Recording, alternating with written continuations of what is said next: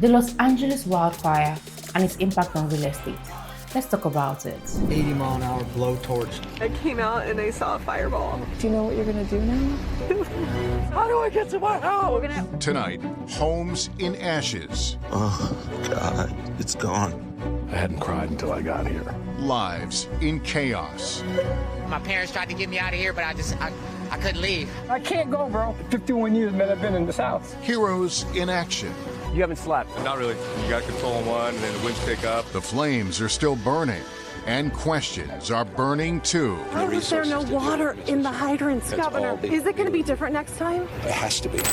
My heart really goes out to everyone who have suffered loss following the LA wildfire outbreak, and I'm sending my love and prayers.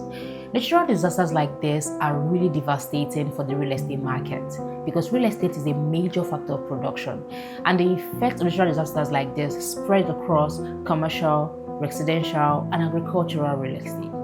As a real estate player, whether you are a first-time home buyer, an investor, or a developer, you must understand the various dynamics of investing in real estate and the risk involved so you can make more informed decisions and also create a safe, sustainable, and profitable investment portfolio.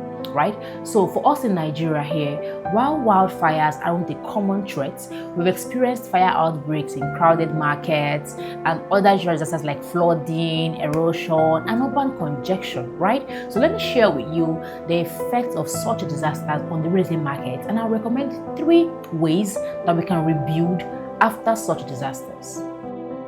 Now, the first effect is a major decline in property value. Properties in fire-prone or disaster-prone areas often experience a drop in value due to reduced demand.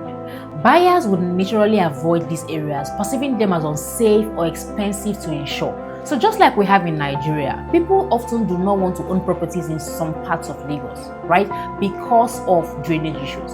And even if there are locations in Lagos with very good drainage, there's already this sense of fear and uncertainty. So property values in such locations tend to decline. The second effect of disasters like this is increased insurance costs. Properties in areas prone to fire outbreaks or disasters have higher insurance premium, right? Some insurance company may even refuse coverage altogether, making it challenging for homeowners and developers. For Los Angeles, the cost of home and auto insurance is going to be very, very high right now. I mean, I even read that a couple of insurance companies are not providing insurance for the affected victims, right? Now, another effect of disasters like this, which I consider the bright side, is an increased demand for properties in safer areas. Now, safer regions that are not prone to any natural disaster will experience an increased demand for housing. People would migrate to areas with lower environmental risk. This migration rate would raise property values and rental rates in those locations. For a country like Nigeria, although we barely experience natural disasters, however, flooding and insecurity are what we mostly have to deal with.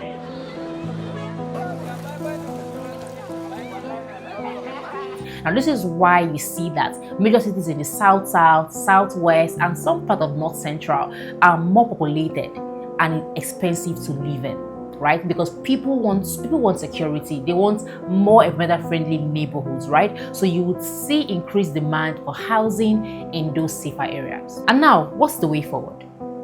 Amidst these devastating events like this, we have an opportunity to rebuild better.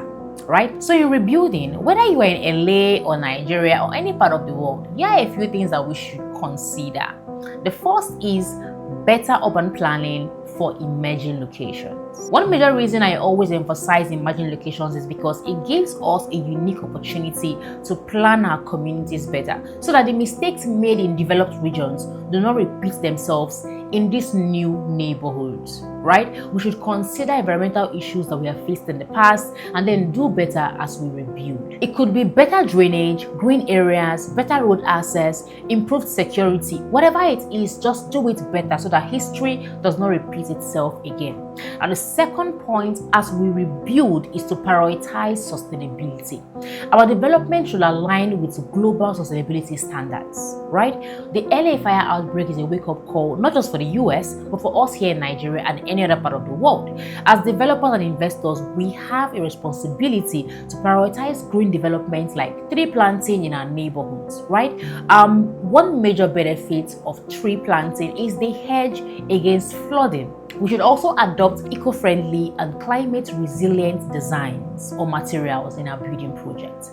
And the third point as we rebuild is to enforce building codes and safety measures in all our development projects. Every home should have a fire-resistant design.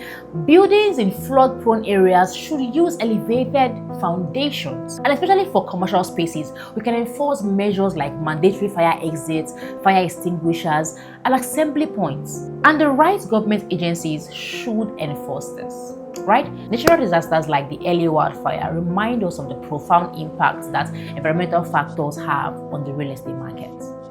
As real estate developers, investors, and policymakers, our responsibility is not just to react, but to plan and build for a future that can withstand these challenges. My name is Mercy Okeke, fondly called Madam Landlady. I provide decent housing solutions and I help you grow your net worth through safe and profitable investments in real estate. Thank you for watching this video, and if you found this video valuable, I'd like to read your thoughts in the comment section. Do let me know what you think about this, and don't forget to like and share to as many persons who need to learn from this, and of course subscribe to this channel. I'll see you in my next video.